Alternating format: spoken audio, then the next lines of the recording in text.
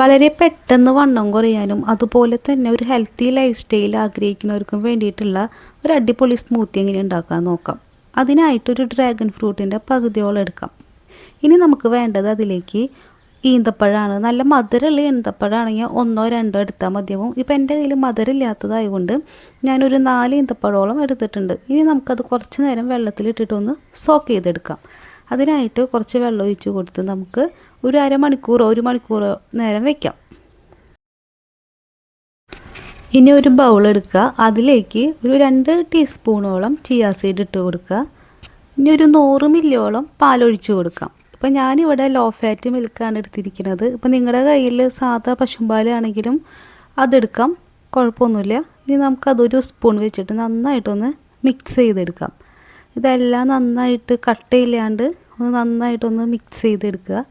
ഇനി ഇതൊന്ന് നമുക്ക് 1 മണിക്കൂർ നേരമെങ്കിലും ഒന്ന് സോക്ക് ചെയ്യാനായിട്ട് വെക്കണം. ചിയാ സീഡ് എടുക്കുമ്പോൾ എപ്പോഴും ഒരു 2 ടേബിൾ സ്പൂണോളം മാത്രം എടുക്കുക. അത് കൂടുതൽ പരമാവധി നിങ്ങളത് കുറച്ചെടുക്കാനായിട്ട് എപ്പോഴും നോക്കണം, അല്ലെങ്കിൽ അത് ഡൈജസ്റ്റീവ് ഇഷ്യൂസിന് പ്രശ്നമാവും. അതുകൊണ്ട് ശ്രദ്ധിച്ചെടുക്കുക. ഇനി നമുക്ക് വേണ്ടത് ഒരു റോബസ്റ്റ പഴമാണ്. അതൊരു ചെറിയ പീസസ് ആയിട്ട് നമുക്കിതൊന്ന് കട്ട് ചെയ്തെടുക്കാം. ഇപ്പോൾ ചെറിയൊരു റോബസ്റ്റ ആണെങ്കിൽ 2 എടുക്കാം, അല്ലെങ്കിൽ 1 എടുക്കാം.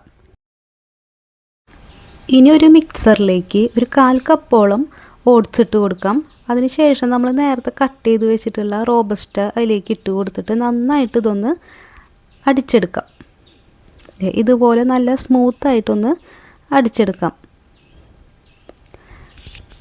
ഇനി നമുക്ക് വേറൊരു മിക്സർ എടുക്കുക.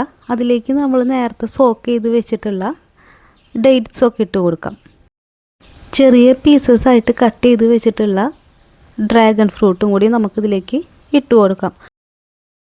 ഡ്രാഗൺ ഫ്രൂട്ടിൽ ആൻറ്റി ഓക്സിഡൻസിൻ്റെ അളവ് ഒരുപാട് ഉള്ളത് കൊണ്ട് നമ്മുടെ സ്കിൻ ടോണൊക്കെ നന്നായിട്ടൊന്ന് ഇമ്പ്രൂവ്മെൻ്റ് ആവാനും സ്കിന്ന് നന്നായിട്ടൊന്ന് ഗ്ലോ ആവാനും ഇത് സഹായിക്കും. ഇനി നമുക്കിതൊന്ന് നന്നായിട്ടൊന്ന് അടിച്ചെടുക്കാം. നല്ല സ്മൂത്തായിട്ടൊന്ന് അടിച്ചെടുക്കുക.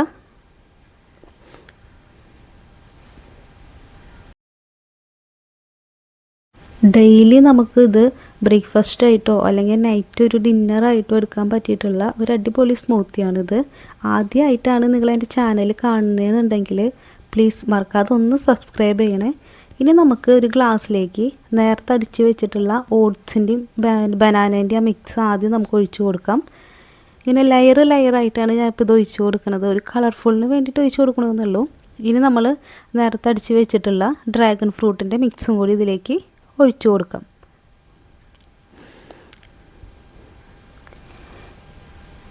ഇനി ഇതിൻ്റെ മുകളിലേക്ക് നമ്മൾ നേരത്തെ പാലിൽ മിക്സ് ചെയ്ത് വെച്ചിട്ടുള്ള ചിയാ സീഡും കൂടിയും ഇട്ട് കൊടുക്കാം. വളരെ എളുപ്പത്തിൽ ഉണ്ടാക്കാൻ പറ്റിയിട്ടുള്ള നല്ല ടേസ്റ്റി ആയിട്ടുള്ള സ്മൂത്തിയാണിത്. അപ്പോൾ നിങ്ങളിത് എന്തായാലും ഒന്ന് ട്രൈ ചെയ്ത് നോക്കണേ.